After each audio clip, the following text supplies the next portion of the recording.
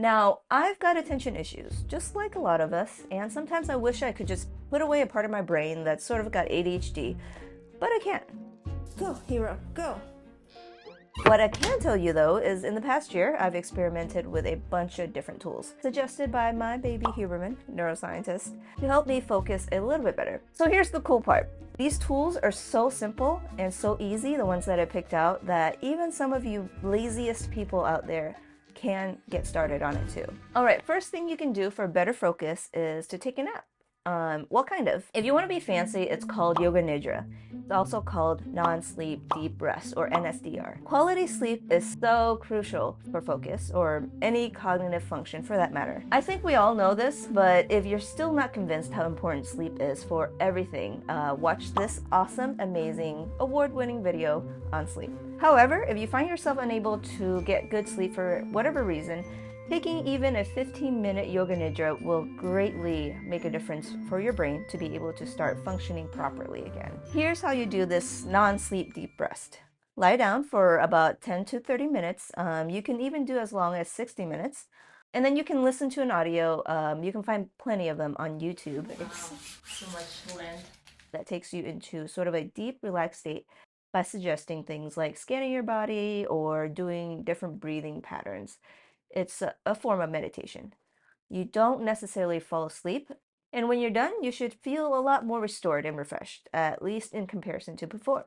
And this is because after sessions of NSDR, there's a restoration of dopamine levels in your basal ganglia. Nope, this is not a gang of delicious herbs. It's part of your brain that is responsible for motor control and other executive functions. Now, I'm someone who hates naps, and it's usually because I have a hard time getting up. I end up feeling foggy kind of, or groggy, hazy.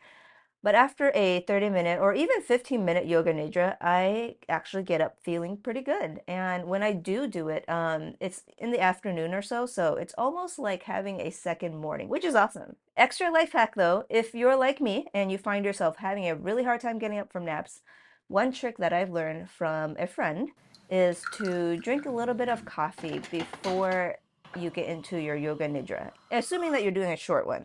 It normally takes like 15 minutes for the caffeine to kick in for me, so it's perfect. I'm not sure if my baby Huberman does that as well, but as far as yoga nidra goes, I know that he does that on the daily. For me, I do it on a as needed basis. All right, tool number 2 for lazy people to get into focus is to listen to binaural beats. No, not those beats, these beats. Now, you can't really jam to these beats, but there have been a number of quality peer-reviewed studies, according to Huberman, that have shown 40 hertz binaural beats increase focus and concentration. There's an app called Brainwave where you can find these binaural beats as well as other apps. There's also various videos on YouTube as well.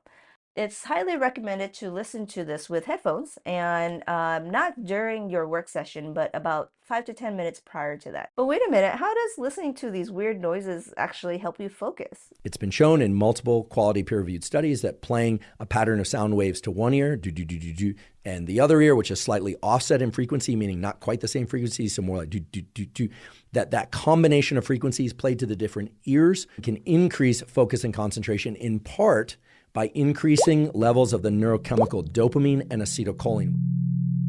All right, so I've gone over a couple of very passive ways to improve focus. I think most of us can lie down or listen to audio. The next few tools for focus, though, require slightly more movement, like putting stuff in your mouth. First thing you want to put in your mouth for better focus is fish oil, specifically omega-3 essential fatty acid, and even more specifically, EPA.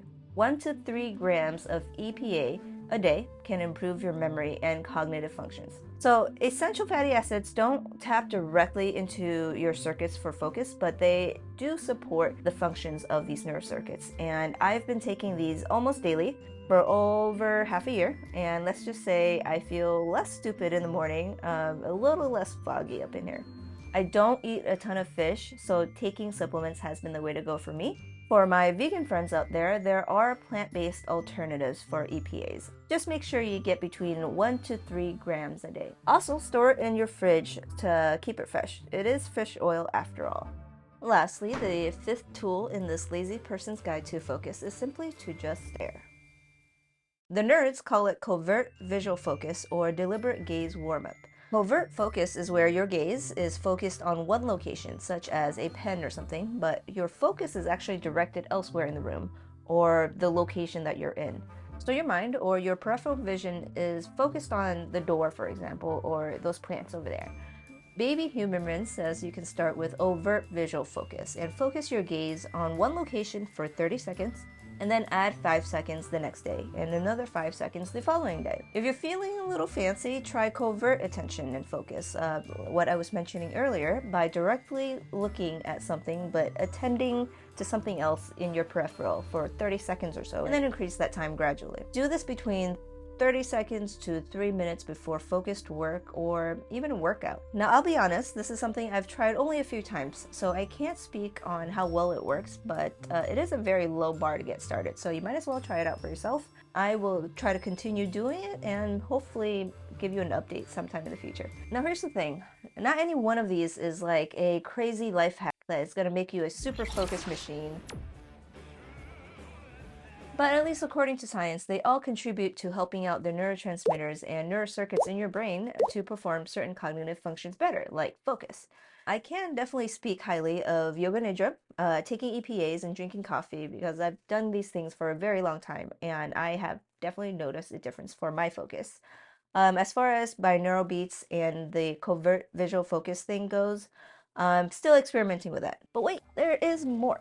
I went over these tools because I picked the easiest ones to get started on, the lowest barrier to entry as far as focus goes. But I would honestly say the tools that have helped me dramatically the most with focus, clarity, and even energy is fasting and cold exposure, both of which I've been doing for years. Not quite lazy person friendly, so start here, but I will be making a part 2 called the Overachiever's Guide to Focus. And these tools they're not incredibly difficult, but it does take a little bit more effort to build a habit with. But I would say they have made a tremendous difference for me in my focus and my energy. So subscribe, stay tuned, and I will see you next time.